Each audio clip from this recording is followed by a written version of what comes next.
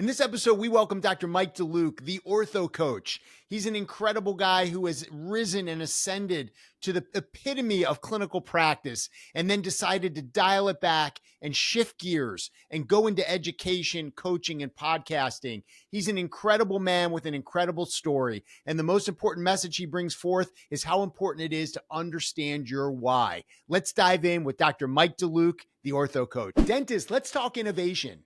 Colteen is dedicated to advancing patient care with a comprehensive product line that covers it all: restorative, preventive, endo, and small equipment like ultrasonics, scalers, and curing lights. Trusted by dental professionals worldwide, Colteen products are known for their quality, durability, and research-driven design. We're here to help you optimize patient outcomes with tools that deliver unmatched precision and reliability.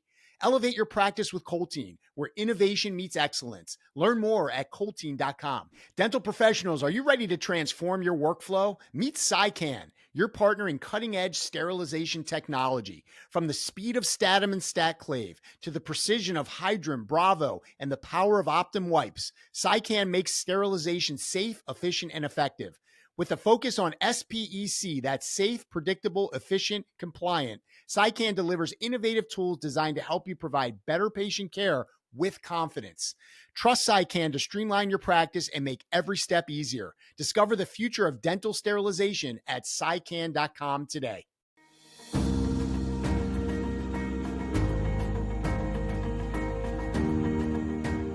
Welcome back to On the Cusp. I'm your host, Dr. Brett Gilbert, and today is a special day because not only do I have one of my favorite guys here as a guest, Dr. Mike Deluke, but also we get to continue a beautiful conversation that we had on his podcast, the Doc Podcast. Dr. Mike Deluke is a podcaster, as I mentioned, and the Doc Podcast, highly recommend it. Incredible, very similar content. It's clinically based, but it's really about the human beings. And he does dive deep into orthodontic concepts, and he's so talented and such a beautiful educator. Mike is a coach. He's an educator, as I mentioned. He is an orthodontist, a very highly regarded orthodontist. We'll get more into that. He's a girl dad like me, so we share in that. We have actually very eerily similar lives with some small differences. He's a brother, a son, a husband. He's a friend. He's certainly a mentor to so many.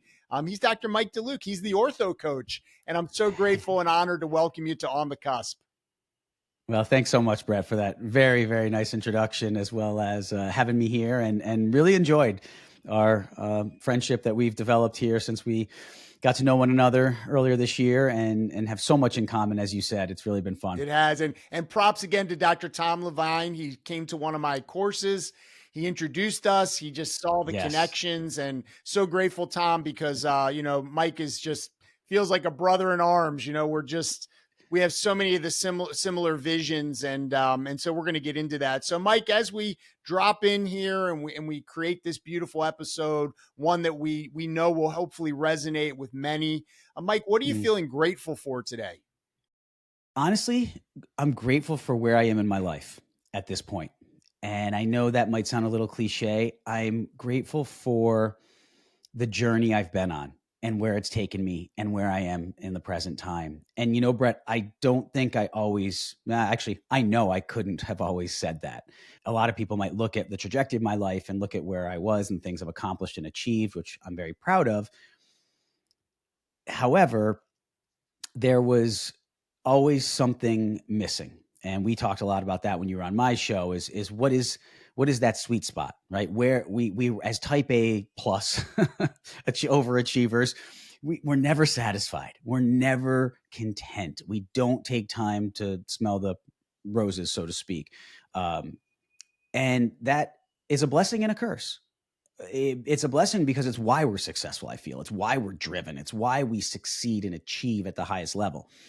It also becomes a curse when you don't reflect on being grateful for what you've achieved, acknowledging the successes you've had and the blessings, the many blessings in your life. And sometimes even the failures that you experience are those blessings in disguise. And so I'm grateful for all of that, because had you told me 5 years ago that I would be in Southwest Florida I have one daughter at UF, another one in high school in Southwest Florida, down in Naples, and podcasting and educating full time. And on this journey that I'm on right now, I wouldn't have believed it, but I feel so blessed that this is how my trajectory has gone. And this is where I'm at, because now, while with my hands in my 2 decades of private practice, I was able to have a tremendous impact upon patients directly and the community. I'm now able to have an impact on a much greater, broader community of our profession and our colleagues, who are then able to go and help their patients. And it's at the point that I'm now seeing the fruits of that labor. I'm about 1.5 to 2 years into this new journey, and it was hard at first to walk away from everything I was doing and build a new identity, essentially halfway through my career. And as I'm approaching 50 here, it was a humbling experience in many ways. That being said, I'm extremely grateful that I went on this journey, and now I'm starting to really see the impact that I can have by teaching others. Okay, so much to bite on here. So first and foremost, just want to reiterate, yeah, like when you look back, sometimes we're always forward thinking and forward visioning, but you look back and you think that where I'm sitting today was the dream. Like, and Yeah, maybe right. you're a dentist, maybe you're a clinician of another discipline, but you made it. You're here. But the reality of being here isn't always exactly how we dream it up. And that's where Mike's Yes. journey and his story is just so absolutely compelling and in all honesty, very inspiring, but for a lot of different reasons. So let's just backtrack a little bit. So Mike's practicing in Schenectady, correct? Was it Schenectady? And incredible practice, incredible reputation. Whole family are dentists. Mike's Mm-hmm. living his dream and he's impacting and he cares. But big but, right? Is Mm-hmm. we all recognize as clinicians that on an hour to hour basis, we are experiencing a tremendous amount of micro trauma. There is a ton of stress. There's tremendous burdens and responsibilities in treating other people. Oftentimes, the ability to do it at the highest level forces you to let go of taking care of yourself and considering Mm-hmm. even yourself throughout the given day. All of these things accumulate day to day, week to week, month to month, decade to decade. And ultimately, you get to a point where you see how successful you are and how many people you're helping. And yet you feel empty and you feel as though maybe this wasn't actually what your purpose was. And so, Mike, I'd love for you. I know you alluded to it just now. You did essentially dismantle a beautiful, thriving endodontic comes to mind, orthodontic practice in Schenectady. You had tremendous vision and foresight in what the next chapter of your life could look like. But the biggest thing about your story is you had the courage, number one, you had the vision, number two, and you also had the support of your partner and your spouse in Mm-hmm. actually being able to move into a whole different vision that is, like you said, looks nothing like the other one. You're now in Right. Florida. You're educating and podcasting. Basically, you're doing everything that lights you up. You're doing Mm. that full time. Mike, can you just, again, for my listeners who maybe aren't privy to the episode we did together on your show, can you just take us through, because we've had a number of guests who have been either specialists or general dentists who have really like kind of taken their practice to the highest level. And maybe part of that was always trying to find the next level to feel fulfilled, but Yeah. ultimately coming up empty and ultimately making the decision that for your life, for your health, for your longevity, that leaving clinical practice was the best decision.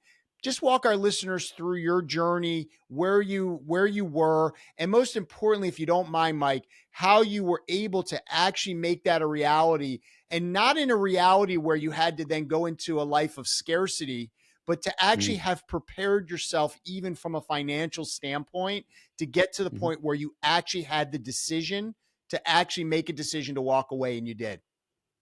Yeah. Great question. And I'll try to take on a bit of a journey, going back to when I was finishing up my residency, making the decision to start my own practice in the early 2000s.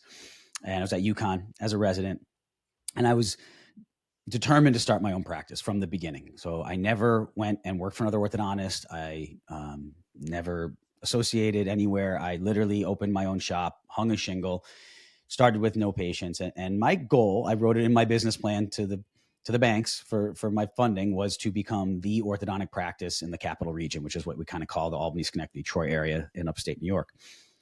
And it wasn't in an arrogant way or an overly bold way. That was my vision. I really felt I could do that. And I'm proud to say I achieved that. I really did. I was able to become a very prominent practitioner in the area. And that journey was not easy. I never had an associate or a partner, so I did it all myself. And my wife was on the front end, a partner in that sense. She really helped manage our front end team and helped me run the back of the practice behind the scenes. But it was a lot of stress and it was a lot of work. And because I'm a perfectionist, because I'm so driven, I was always pushing myself to be better and innovate and integrate the next technology and the next best thing that would help me be a better, more successful clinician for my patients. I was also very cognizant of my presence in the community. So I was involved in the community. I was trying to do things to advance the profession within that community as well. And we become, and you alluded to this, Brett, we become a victim of our success. And I think it's okay to say that, right? It almost like we feel bad, like, well, poor me or first world problems. Okay, fair enough. Doesn't mean it's not a problem. And, we can call it whatever type of problem we want. I mean, no, it's not struggling to find your meal for that day. It doesn't mean it's not a tremendous burden and stress on you still, and on you and on your family. And at this point, I have two younger girls, and you're trying to be a dad and trying to be a husband. You're trying to balance all these responsibilities and wanting to do all of them very well. And it was taking a toll that I didn't even realize. So for me, outward looking in, people would have no idea that I was taking on what I was taking on, because I was always physically fit. I was driven to exercise and stay fit. So I looked like I was okay. Internally, what was compromising most was my sleep. I was just cutting back. That was how I was getting it done. People looked at me and said, "How are you doing all this?" And really, it was I wasn't sleeping enough. And that's not okay. And it started to then, as I now do a lot of teaching on the impacts of sleep disordered breathing and obstructive sleep apnea and fragmented sleep, the common theme is lack of sleep has impacts on the way we function. I know there's outliers. Some people can get by. And I thought I was one of those, Brett. I really did. I was like, oh, I wired differently. I can do this. But it makes it so that you stop enjoying the ride as much. So I never got to a point where I didn't thoroughly enjoy my craft, where I didn't thoroughly enjoy my patient care and what I did.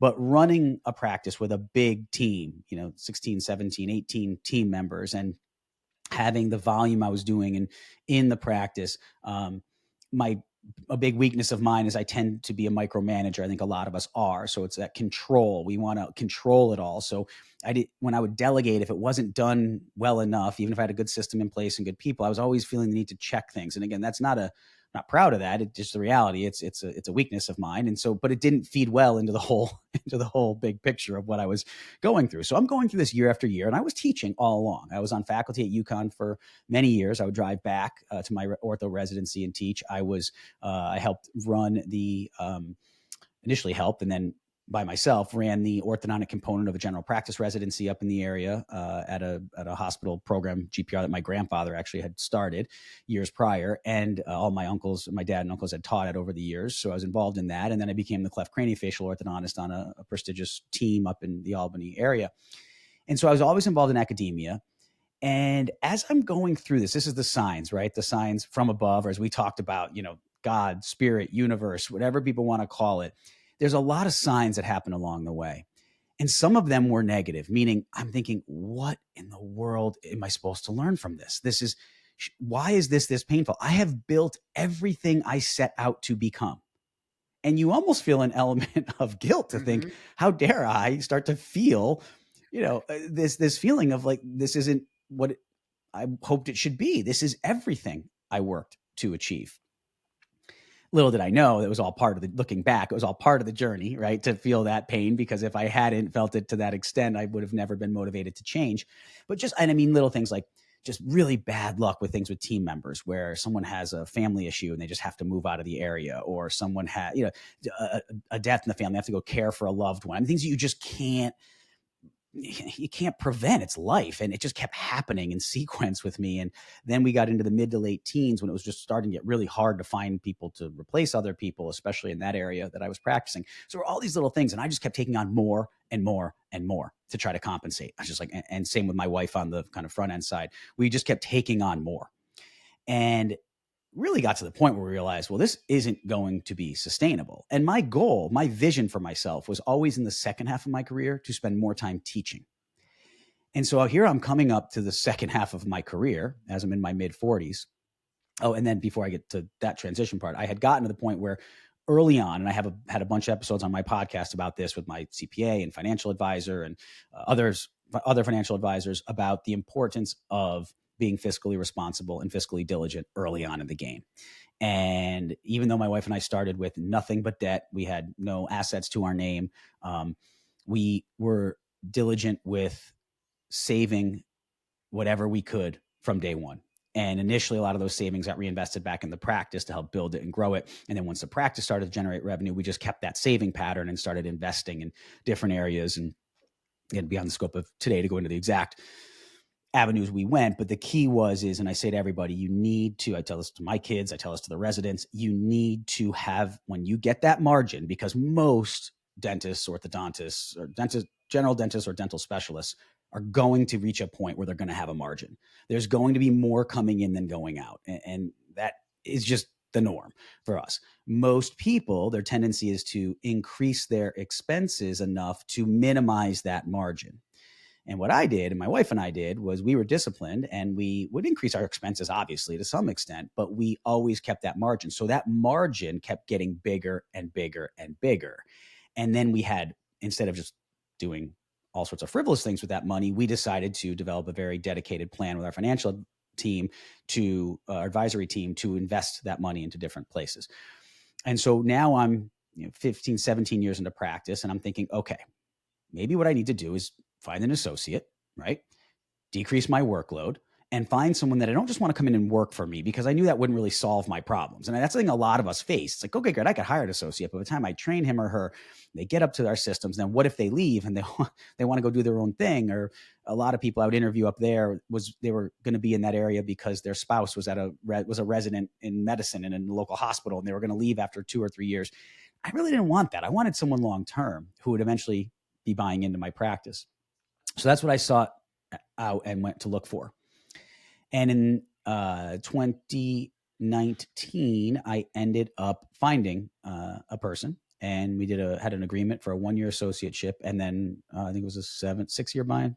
The whole thing was maybe 7 years total, 6 or 7 year buy-in, buy out. So that was going to be my way, that I was going to continue on the practice that I'd worked so hard to build and be able to ramp him up and ramp myself down. And we actually, Brett, we built the model with the practice evaluation group, not even to increase volume by a single patient or a single dollar, not another start, not another dollar of revenue versus what I was doing, because per his words, I was doing the work of 2.5 to 3 orthodontists myself.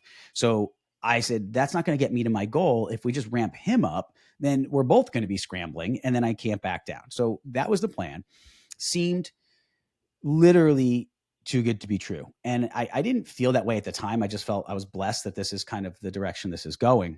But what ended up happening was once he came in, and it was very clear to me within days that this was not someone that I could turn this practice over to. And I had to fire him after 3 weeks. And in New York State, because of certain laws getting your license, he didn't even have his license in the mail yet, because you have to prove you've completed your residency to get your license in New York State. So there's a lag there of like up to 6 weeks sometimes when you finish your residency before you can actually start practicing. So I hired him at full pay in that lag, because I wanted him to just learn my systems, learn my team, learn how we did things. And I was like, you're just gonna be my shadow. Just follow me around and I'll teach you everything. And just 3 weeks of that, just, not even him in direct patient care, it became very clear that this was not someone who I could turn the practice over to. So I let him go, and that was mid 2019.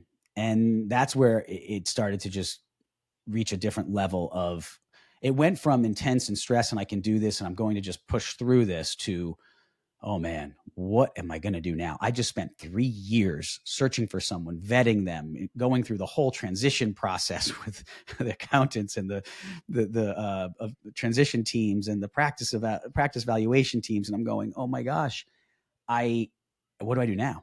So I made the decision. Renee and my wife talked a lot about it. And I said, okay, maybe what I need to do is just try to slow it down. I'll just slow the ship down. So I was already booked out at this point. Typically 4 to 6 months on new patient exams. And once they got in with me, it usually was 2 to 3 months out just to get started. That's how back, but I was okay with that because I was very happy with where the practice numbers were. And I was very comfortable with my clinical workload in a day. And I didn't feel the need to go and to do any more than that. And so now I'm like, well, if I slow it down, this is going to get kind of crazy, our backlog here. But I made the decision by the end of 2019. I said, I'm just not going to do adult cases anymore. My passion was really at this point becoming phase 1 and airway and younger kids. And so I said, I'm just going to kind of slow that down. Well, that created a ton of issues because, you have a mom of a family that you've treated 4 kids. And she's like, now it's my turn. I've been waiting for 10 years to do this for myself. And now, Dr. Mike, you're not going to treat me. And, you get other dentists calling you saying you need to treat my wife because, I've been sending you patients all these years and you have to take her. And so that created a whole nother level of stress that I was not anticipating. And I'm thinking, well, this wasn't as easy as I thought. So I'm kind of going through that and thinking, what's the next step? And COVID hits. And boom, shut down. And, Brett, COVID was devastating on so many levels for so many people. And it was in ways for me and my team as well. It was not easy. That being said, it was the first time I got to breathe in a while. And I stopped and I was able to sleep a little bit and think a lot and talk to Renee a lot and process where I was at. And, Renee said to me, she said, if you keep going at this pace, what's it all for? What's it all for? Well, great. So you're in your, you go for another 5-10 years and sell off the practice and your health is compromised. Our relationship is compromised. The girls are out of the house at that point. And what is your vision? And so as someone who's always talked so much about vision, it was kind of ironic that I hadn't thought about the vision of what if this didn't work. In my initial business plan and my initial vision projection from the early 2000s, I had in there to build this mega practice and then bring an associate in at 15 years. And I was within 1 to 2 years of that. Everything seemed to be working perfectly until it didn't. And now, again, you have this sort of ironic feeling of, well, poor me. I've got this great practice and this great quality of life and a great family and all these wonderful things. And I'm sitting here. And as you alluded to, I'm not okay with where I'm at. But I'm also such a type A driven person that I'm not going to admit I'm not okay, because that would be admitting failure. And that would be admitting that I can't do this and I can do this. I can do anything. I'm just going to keep pushing through. And I went through a lot of that in that few week COVID shutdown. I was in New York, so our shutdown was longer than a lot of people's, which I guess at the time was very stressful, but maybe it was a blessing because it really gave me time to unwind and think. And I just started to look around and say, I was actually really enjoying spending a little more time with my wife and kids during COVID and having a little more free time to not cram a workout in at 10 at night, which is what I was doing, but be able to maybe work out at 5:30 in the evening again and just start to have more regularity, eat lunch, right? I would be eating lunch in the office. I'd have lunch, but I'd be on a call or on the computer or writing a chart or team members would be talking to me. I just have a little time to just create time for myself. And that's a lesson I learned that I want to say it, especially to the younger docs out there, is you're not proving anything to anyone by going 110 miles an hour and never being able to put the window down and sort of smell the fresh air because you're going so fast that you just have to blaze through it. And that's what I was doing. And so, and there are times you're going to have to go fast. That's part of it. My problem was I didn't create enough time to slow down. And that reached the point at which I made the decision Labor Day, right before Labor Day, late summer of 2020. So I got back to the office. I said, the decision was, okay, we're going to go back to the office. Now our backlog was absolutely insane. We had patients. It was just crazy coming out of COVID, what the backlog was. So I said, we'll go back. I'm going to dig through that and I'll see how I feel, right? I'll go through the summer. I'll see and by the end of the summer, Brett, I knew. I said, I can't, because now I'm feeling back. I had been refreshed. I was reinvigorated. And then I come back, and it was harder anyway with COVID and everything. But I started getting those same feelings again. I was falling down the same path I was falling down, making the same mistakes, not sleeping and starting to internalize that stress and push. And I said, this isn't sustainable. This isn't sustainable. I want to be around healthy and lively enough to enjoy the fruits of my labor. So we talked to our financial advisor, and he said, you are in a position where you can walk away. You can absolutely walk away. And I said, do I have to sell the practice? And I had some offers from corporates for a lot of money, but I knew of the other people in my community. I was the 11th orthodontist in my county when I opened my practice. And at this point, there was one other orthodontist in my county. Wow. Because every one of them had tried to sell or bring someone in, and they couldn't. So they were older. They just closed shop. And so I knew the writing was on the wall that it wasn't going to be easy to find anybody up in that area to come into my practice. So if I had tried that long and couldn't, yeah, maybe a corporate would get lucky. But my concern wasn't with the concept of selling to a corporate. My concern was, who are they going to find? And ortho is such a difference from, say, endo, where, I have such a continuation. It's such a continuum of care, right?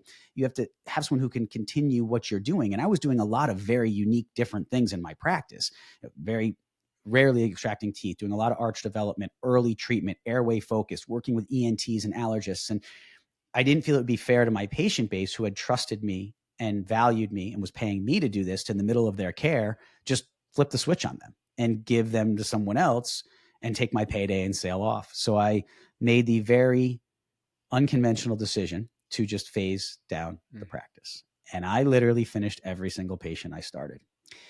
And I decided to do it that way because, to me, that was what was right. As I said, was proud to have built a very strong reputation in my community. I treated a lot of friends of family, and it just, I couldn't look at those people and say, yeah, this doc's going to do great. They'll be just like me, or they're going to do just what I'm going to do. And I'm not saying that as in I'm so special. I'm saying it as in they came because of the unique services I provided.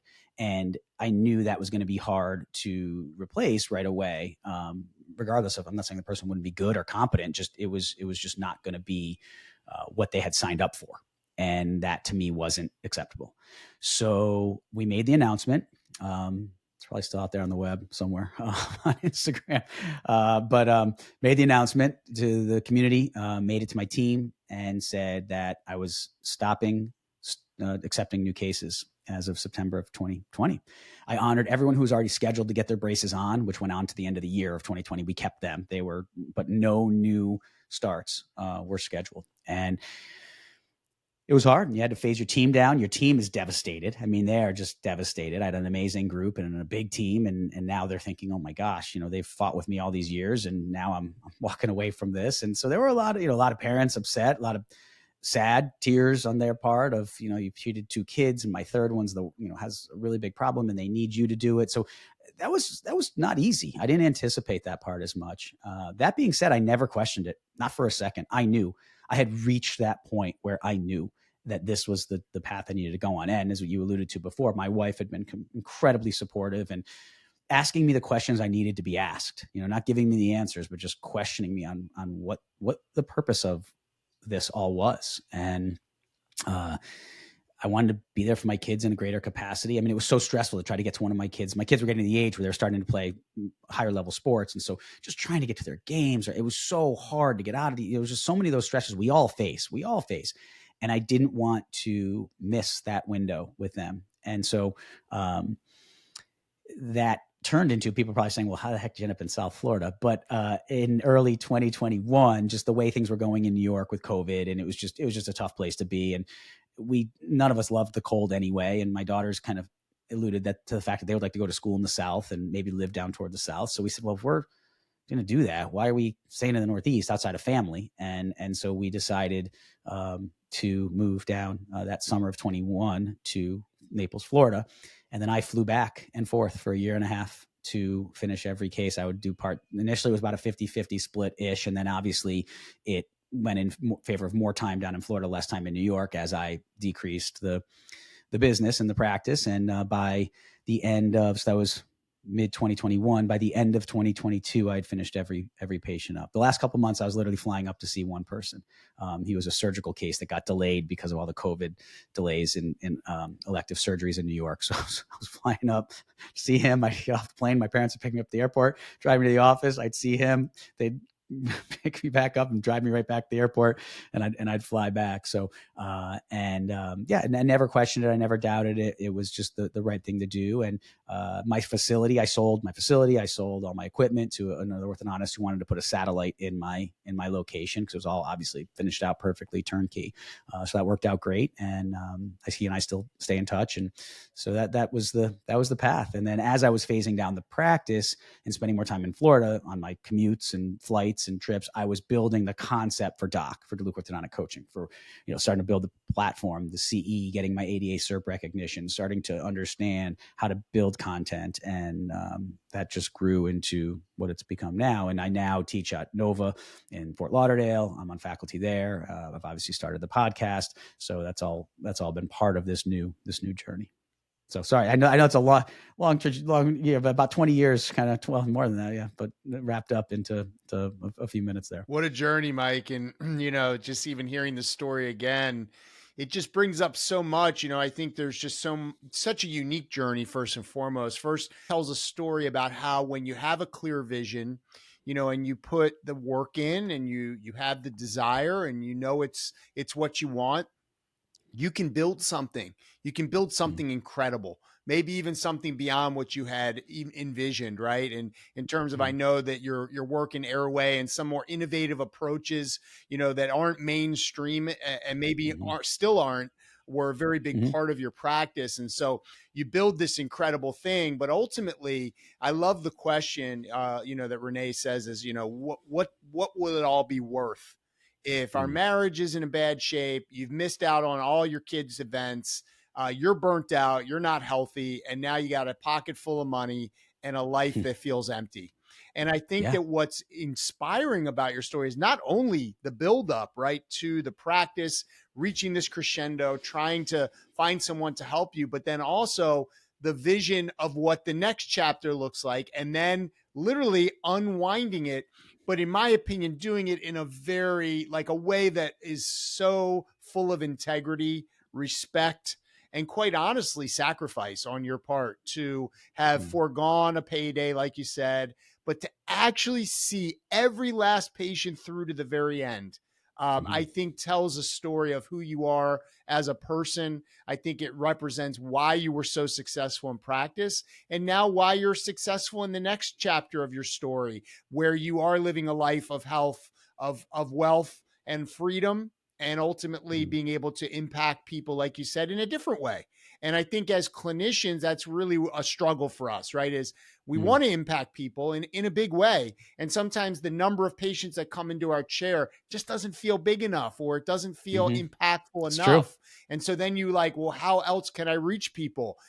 This podcast for me is an example of that. I believe your podcast is for you as well. Coaching others, helping to elevate and inspire. I always say, I can teach you X's and O's of endo. Dr. Mike can teach you X's and O's of ortho better than anyone. But can you inspire and empower others to believe that they can elevate to a new level too? Because that's a whole different animal. And I think that you're really, really great at this. And I think your story feeds that. The other thing I love is how it's like, the biggest disappointments sometimes feel like catastrophes until you realize that they were actually a gift. That without blessings, that, you would have never had the introspection. COVID, I know what you mean about you're on this hamster wheel, and in order to make it all happen, I get that a lot too, Mike. It's like, how do you do it all? And it's like, because I'm probably stretching into places where I shouldn't stretch, like being up early or up late. And I love what you said about sleep, because sleep deprivation, we know now, is so unhealthy.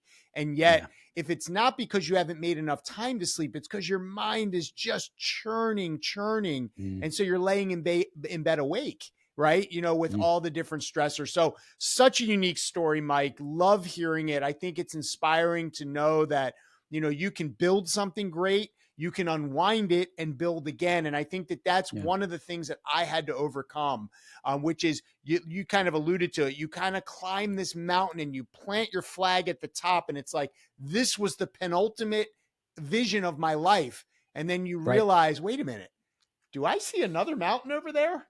And one over Right. there Right. too? Did I climb the right like mountain? like like this mountain was great, and man, like this really taught me a lot about myself and what's possible. But Mm-hmm. like, could I actually just like kind of start again and climb another mountain? And that's where I think it's and the reason I illustrate that is I think that's what's so important for clinicians, because I think we feel like our mountain is this career and we put so much Mm-hmm. in it to get to it. But if you don't diversify your interests, if you don't do more of what lights you up in life, and look, Mike is an example of, I think, a lot of planning and sacrifice in terms of finances and, really being smart about his money. But, there's other people that are like YOLO, like, I'm going to Right. spend Right. it. I'm going to have fun. Right. And Die there's with nothing zero, right? wrong The with die with that zero either. concept. Yeah. The Right. point is to recognize that there are different possibilities that aren't the blueprint. Like Mike comes from a family of dentists. My dad's a dentist. We saw it one way. And Mike and we've talked about this a lot. It's like practice was this, it was lifetime. It was the same Yep. team, the same Yep. place, the same thing. And, Yep. and that really worked well in that generation. But there are so many more possibilities in this generation. And it's interesting because I feel like the children of dentists are the ones that seem to want to branch out. I just had Dr. Paul Goodman on just this week. He was our last episode. And we talked about the same thing. His dad was a dentist, but now he's doing all these other things. And most importantly, and interestingly enough, doing things to support other dentists, which in the past was a very no-no. It was very like, this is my domain. Don't get in my way. You're my competition. So I love the collaboration. So beautiful, Mike. For literally almost every question I have here as we went through, but I want to dive into a couple topics. Okay. First and foremost is passion. Passion for life, passion for practice, passion for family. The balance of all that is very, very challenging. So, looking back now, Mike, you've now transcended the private practice world. You're doing great things educating both in university, outside of university, virtually through your podcast. When you look back, what would you give advice to someone who is sitting more in that trapped practice, feeling the pressure, feeling the stress, still having ambition, but feeling like you're always pushing yourself so hard because all you really want to do is fall back and rest? How would you give advice on how to manage your passion? And what would you say, if you could go back and do it again, would be the biggest tip you would give on balancing life so that maybe the pressures didn't surmount and feel so intense? I think it goes to the point you made, that goes to the point Renee made, which is, what are you doing it for? What's your why? We get so caught up in the hamster wheel, as you alluded to, or analogize it to a rat in a maze, right? We're just going through the motions to do it because we feel like that's what we need to do. Right? We're never taught to ask the why. From the time we're young in school, I look at my own daughter's trajectory. I'm sure you've seen the same in yours, right? They're not taught to think about the why of things. They're think about the achievement, the what, right? The what are you earning? What are you going to make? What are you going to do? What school are you going to go to? What are you going to specialize in? Right? We don't teach where are you going to live. We don't teach the why. Why are you going to do this? And to know your why, I'm a big believer, and one of the things I teach is you have to know your vision. And for me, when things, my vision never changed through all of that I went through. As I said, the vision I'd created for the practice literally played out almost, step for step. What I hadn't done is planned well enough for what happens if it doesn't work out with the associate and the partner. I literally never thought about that part. I mean, it sounds crazy, but I was like, oh, I'll just find, this is going back almost 20 years ago. And I was like, I'll build this practice. There'll be all sorts of options. That's not always the case based on where you are. And actually, one of my problems, as Chris Benson, who valued my practice, said, is what you've built is a lot of it too big and too intimidating for most young docs out there. Like he said it from the beginning, you are going to struggle finding someone because of, number one, where you're located. Not many people are looking to go to Schenectady, New York to practice. And those are his words. And he was prophetic.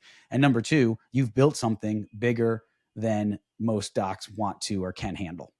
And so, and that part of it I hadn't really thought about. So where I fell apart in my overall process was where I didn't have the vision. I literally couldn't see myself doing anything but teaching later in the later part of my career. I didn't see myself as somebody who was going to be at the chair for 40 years. I really didn't. That was my vision. So for those people in that position, what is your why? That I think the reason I was able to self-correct and go that route and make what people view as and was truthfully a very, very difficult decision and a challenging time to go through was because I knew my vision was to be a good dad, a good husband, and an orthodontist who had an impact on the profession more than just the patients I treated. And I saw that from when I was in my residency. I knew that I could do more than just be chairside my whole career. And as we know, I mean, it's physical. And when you're seeing the number of patients I was seeing, and I did a lot of my own work. I had assistants that were delegated quite a bit, but I did the training of them. I was very particular on how everything played out.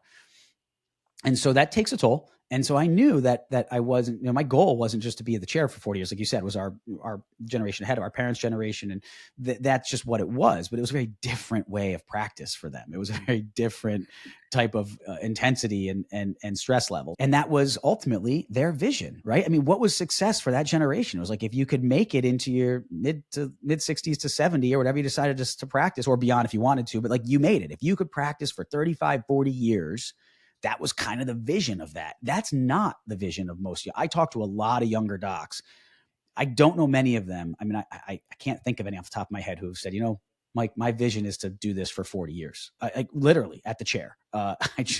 Most of them are like, how do I do what you did and retire in my before I'm 50? If that's your vision, then you're going to have to make financial sacrifices early on. You can't have it both ways. And I feel like a lot of times people get into those positions where they feel trapped because they haven't looked at where they're going to be 20 years down the road. And I say to people when I coach them on a lot of this is, what does 20-year you look like?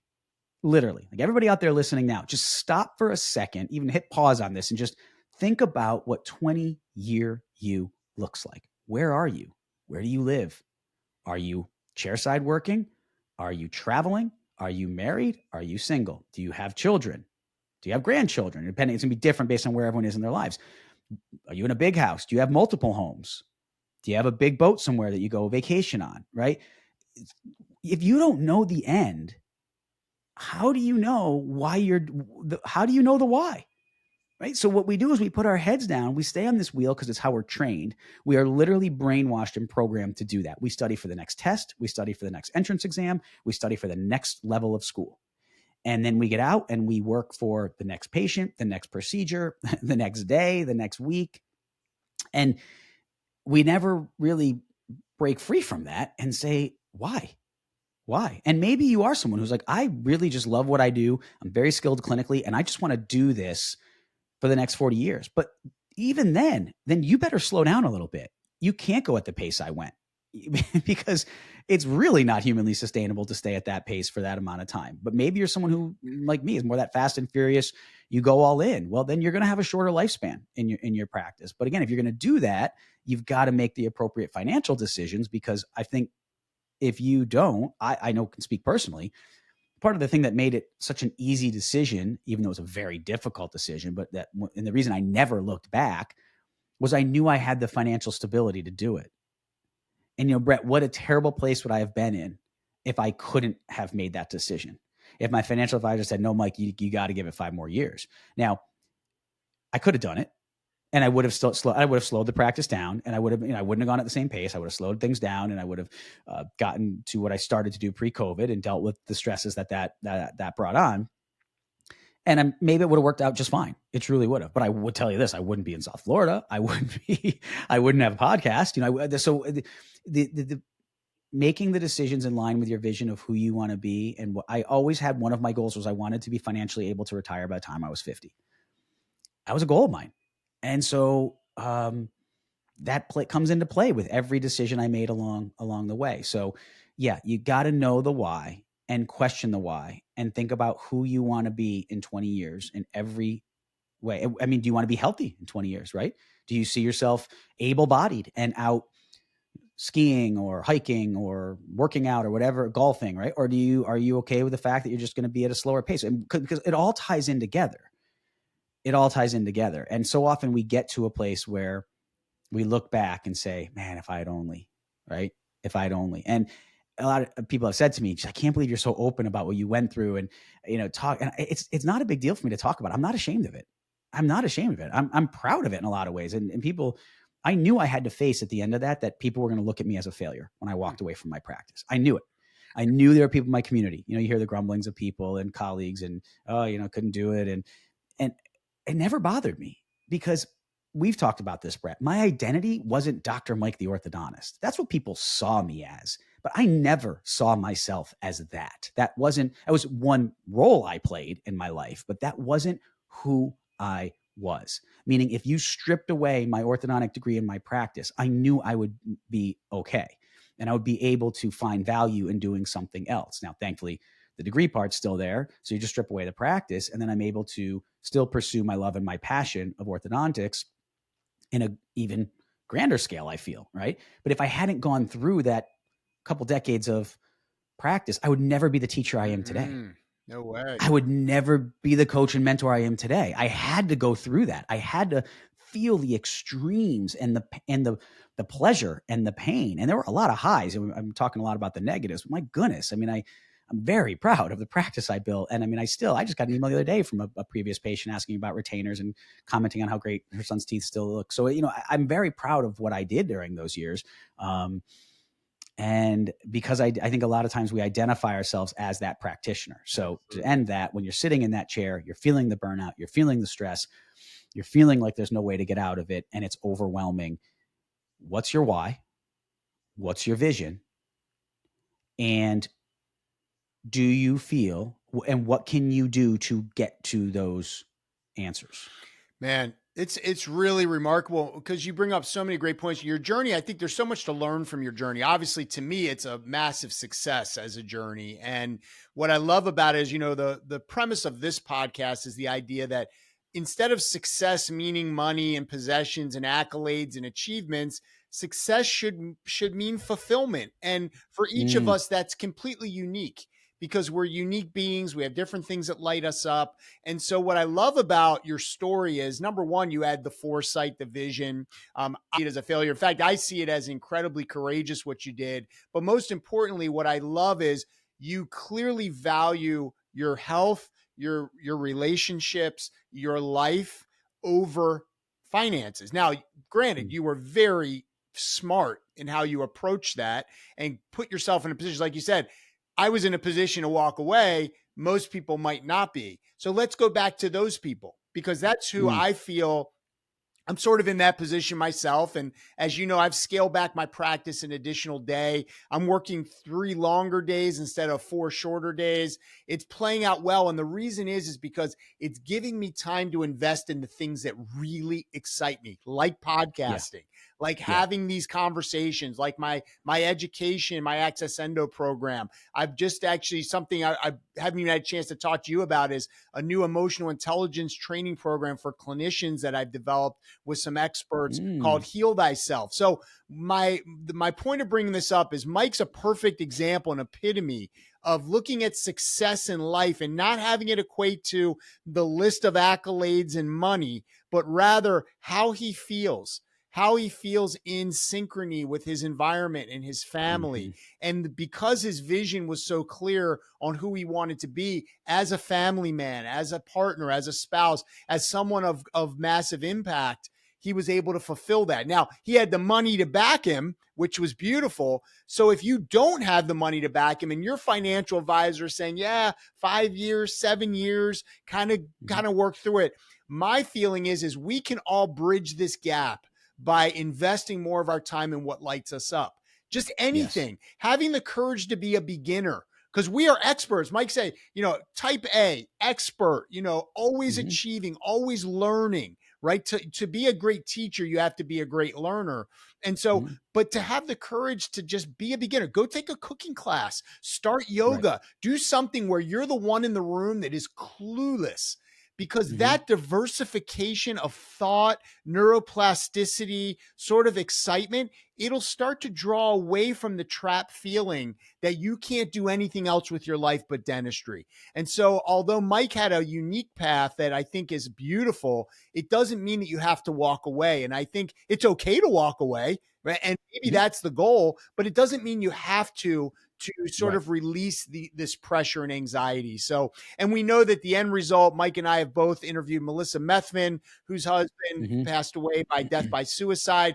Unfortunately, we Mhm. just learned of Frank Zastro from Europe, prominent educator, incredible clinician and teacher.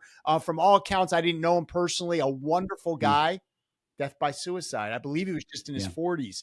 So Young the guy I knew. choice Yeah. of Mhm. success, meaning fulfillment, may just be the choice between life and death for many of us. So, Mike, I want to move into another And section on here. that, I'm calling this before we finish that yeah, go. part, Okay. if I could on that, what you said, I completely agree with. And I think, again, you have to know the why and the vision, because you knew that you weren't feeling fulfilled and you know you needed more for fulfillment, but you also took the time to figure out what it was that was missing.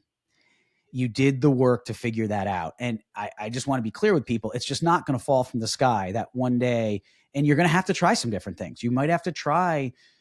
I was lucky. I knew my other passion was education and teaching. I knew it was. And some people just know that Mm-hmm. other passion. If you don't, you need to start to think about, again, what your life looks like down the road and the why of why you're doing what you're doing. And then that will start to give you the answers. And that's what I did during the COVID shutdown. Is I just went back to, I said, geez, Mike, I never really thought about my vision again. I always had that one vision. I never really thought about the next part. Like, I honestly just assumed I would be healthy in my 50s and 60s and it would all work out great. I never thought about what does it look like next. So that's how to get out of that, off that wheel, out of that maze, to say, what are the steps I can take that you alluded to, which are so important, that you create these other positive channels to channel your energy into. I just hear from a lot of people like, I don't even know where to begin. Well, where you begin is figuring out what lights you up, Mm-hmm.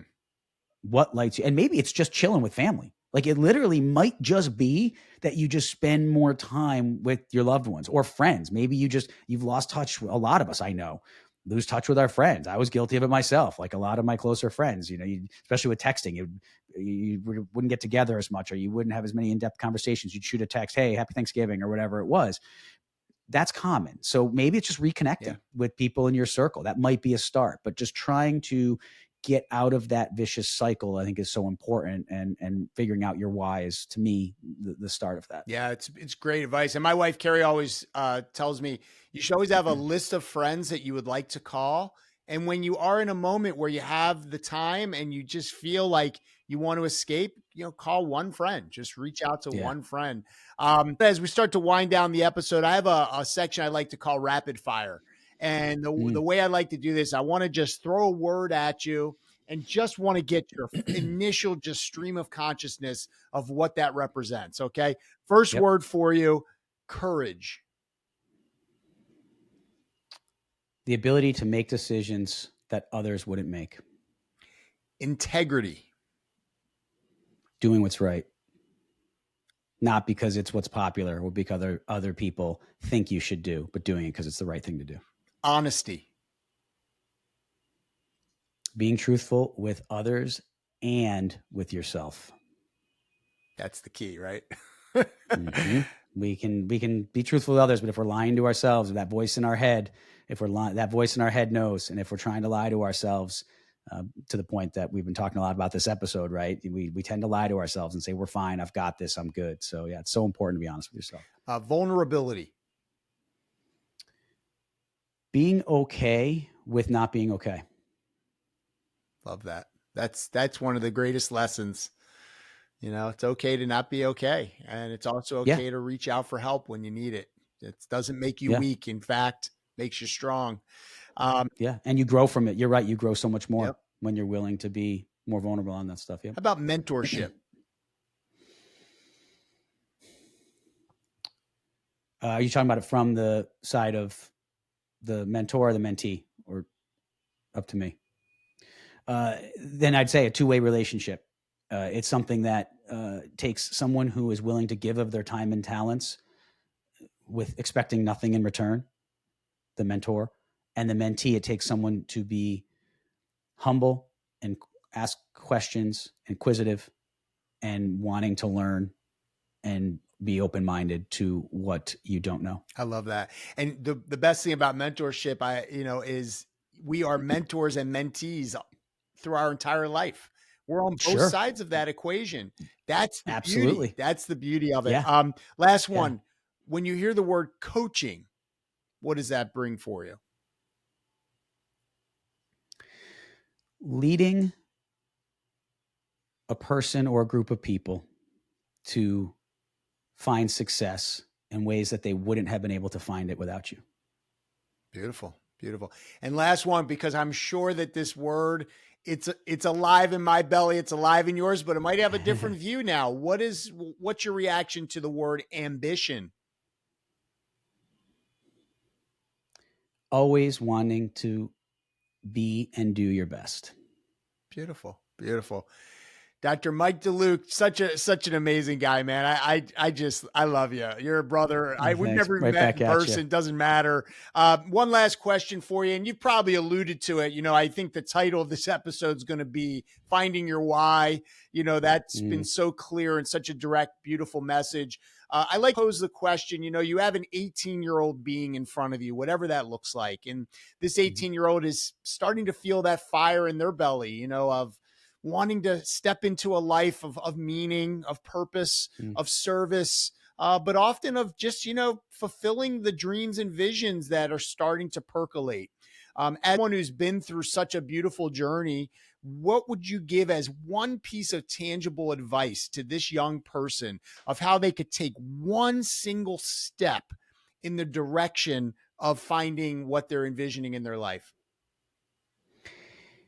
I know it sounds kind of repetitive for me, but they have to figure out. I'd say this to my 18-year-old daughter. So she could tell you, this is exactly what I say to her. It's, what do you want to be? Who are you in 20 years? And it's really hard at 18. You haven't even lived 20 years. But when you see yourself grown up, because, Brett, if you can start to figure that out, if you are, in her particular case, are you a stay-at-home mom? Are you working full-time? Are you married? Do you have kids? Do you live in a warmer climate? Do you live in a colder climate? Those are all things. If people say, I have no idea. Well, yeah, you do. Because you probably don't, you at least, some range. Where are you financially, right? Are you living do you want to own a house? If you start to think about those things, and people say, well, that's putting the cart ahead of the horse. I actually look at it as the opposite. If you just make the micro decisions along the way, you can get off path really quickly. And look no further than if you're driving somewhere and you don't know your end destination. Every twist or turn, it's like, oh, that might be okay. That might be okay. And I see so often, I saw this in my patients. I see this even in young docs. They're not thinking about that big picture, that end destination. They're thinking about, there's so many stimuli coming at them all the time. And there's so many just jobs you can do. I mean, when we were going through school, there has to be exponentially more jobs today that you could do in terms of type of work. So they don't even know where to begin, and they're lost, and no one's guiding them in that through their schooling. It's kind of like, well, you're good at this, so you should kind of go on this path. You're good in science, so maybe you should go to med school or dental school. Or you're a good writer, so you should go down the literature side or journalism side or be a teacher. And so, but maybe you don't like writing. You might be good at it, but maybe you don't really enjoy it. So what do you see yourself doing 20 years down the road? And then you have to make decisions in line with that. And I really feel like that'll answer a lot of the questions. You want to be a business owner? You want to own a business? Do you want to work for someone? In 20 years, are you going in and punching the clock 5 days a week? Are you working nights and weekends? Because that all adds into it. If you go into certain careers, if you want to go into law enforcement and you're like, I want a 9-to-5 job, well, you're not going to get that for quite some time in that avenue. So, it'll start to, I think, add some clarity. So that would be my one biggest piece of advice is, who are you? And the other part, again, the find your why. Why is this what you're doing? Why are you going down this path? And it's not set in stone, right, Mike? I mean, you can course correct, you can learn, but Sure. it's seeing the big picture to get you on the trail. And so I love that. Sure. Yep. Mike, the goal of On the Cusp is to create a community where we just have support. Bringing Dr. Mike Deluke into our circle of someone that our listeners might resonate with your story, might want to reach out. Can you give us just a little information on how our listeners can reach you? What are you offering right now with your coaching?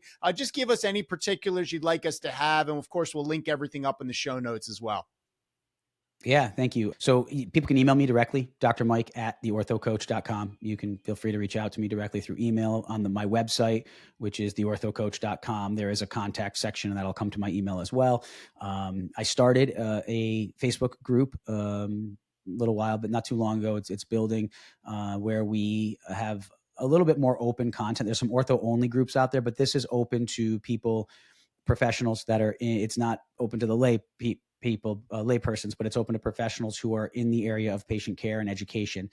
We talk a lot about the airway side of things because that's kind of taboo and not openly discussed in a lot of these other forums. And so I've provided a place where we can have an interactive discussion. So there's oral mouthfunctional therapists, there's dental hygienists, there's all sorts of specialists of dentistry, there's physicians in the group. So that's the doc community on Facebook, and I can give you a link to that in the show notes.